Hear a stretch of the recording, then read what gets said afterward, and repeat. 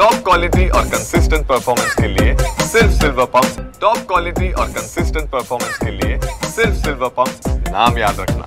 New India cooperative बँकेवरती आरबीआयनं निर्बंधाला आणल्याच्या नंतर कालपासून आपले पैसे काढण्यासाठी जे बँकेचे ग्राहक आहेत त्यांची मोठ्या प्रमाणामध्ये तारांबळ उडालेली आहे।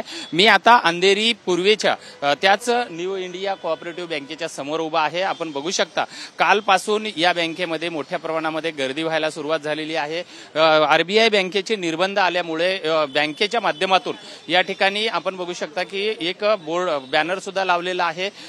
जे ग्राहक आहेत हे पूर्ण बॅनर वाचल्याच्या नंतर अतिशय त्यांना मोठा धक्का बसतोय। या आरबीआयचे निर्बंध लावणे हे ठेवीदारांच्या हिताचे आहे असं त्यांना सांगितलं जातंय। बँकेमध्ये जर आपण बघितलं तर सध्या अशी माहिती मिळते की बँकेमध्ये ज्या ठेवी आहेत लॉकर्समध्ये तेच फक्त ग्राहकांना दिल्या जातात, मात्र पैसे जे आहेत हे पैसे मात्र त्यांना कुठेही या बँकेमध्ये मिळत नाहीत। अनेक लोक जे आहेत हे हैराण झालेले आहेत। अनेक वयोवृद्ध ज्येष्ठ नागरिक आहेत ज्यांचे पैसे कुणाच्या हॉस्पिटलसाठी असतील, कुणाच्या वेगवेगळ्या अडचणीसाठी असतील, हे आतमध्ये ठेवलेले आहेत। परंतु आता अचानक बँकेवर निर्बंध आल्यामुळे त्यांचे मोठे हाल झालेले आहेत। माझ्यासोबत जे आहेत, काय आजी किती पैसे होते तुमचे आणि तुम्हाला आता काय सांगण्यात आले? तुम्ही आज आलात कशासाठी? मी काल पण आली होती तर काल गर्दी होती, काल काही सांगितलं नाही त्या लोकांनी, तर आता मी तेच विचारायला आली। मला पैशाची काल गरज होती, मी काढायला आली होती पैसे, तर गर्दी होती मग परत गेली। मी आता आली परत बघायला तर आज पण बंद आहे। किती पैसे होते तुमचे आणि आता तुम्हाला गरज काय आहे? मला ऑपरेशनसाठी पैसे पाहिजे होते। आज डेट दिलं होतं डॉक्टरनी, आता कॅन्सल केलं ते डॉक्टर।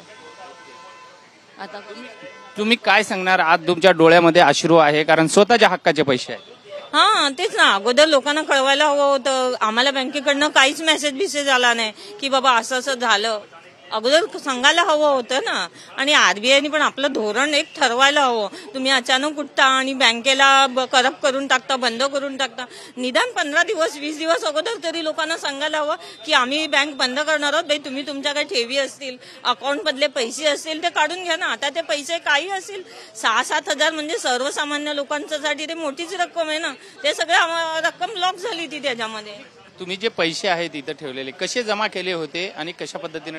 माझ्या मिस्टरांच्या सॅलरी मधले पैसे होते ते त्यांनी जमा केले होते आणि मुलाचं पण अकाउंट आहे त्याचे पण पैसे होते, दोघांचेही पैसे ब्लॉक झाले। आता माझं आहे, मुलग्याचं आहे आणि माझ्या मिस्टरांचं आहे, ते ऑफ झाले। त्यांचं डिपॉझिट ते मी यायची ना, हे पेपर घेऊन या, ते पेपर घेऊन या, नंतर मी ट्रान्सफर करतो, डेथ सर्टिफिकेट घेऊन या, कोर्टाचा पेपर घेऊन या, हे सांगून ते राहिलं। ते मग तुमचे पण याच बँकेत? माझे 2 अकाउंट आहेत, माझ्या भाचीचे आहेत आणि माझा आहे, आणि स्टार्टिंग पासून आहे, म्हणजे आज 22-23 वर्ष झाली।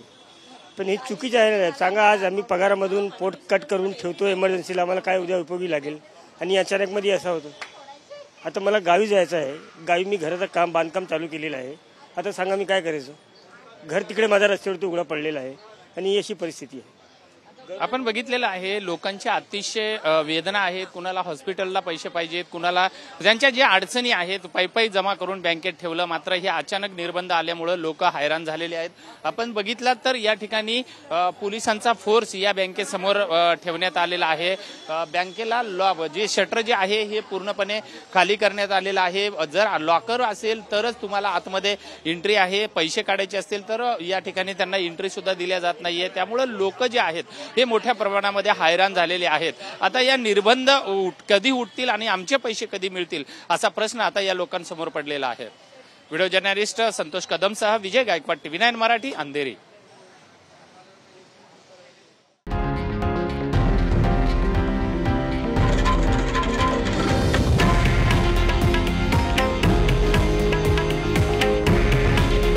हे आहे देशातील नंबर 1 न्यूज नेटवर्क आणि आपण पाहत आहात TV9 मराठी।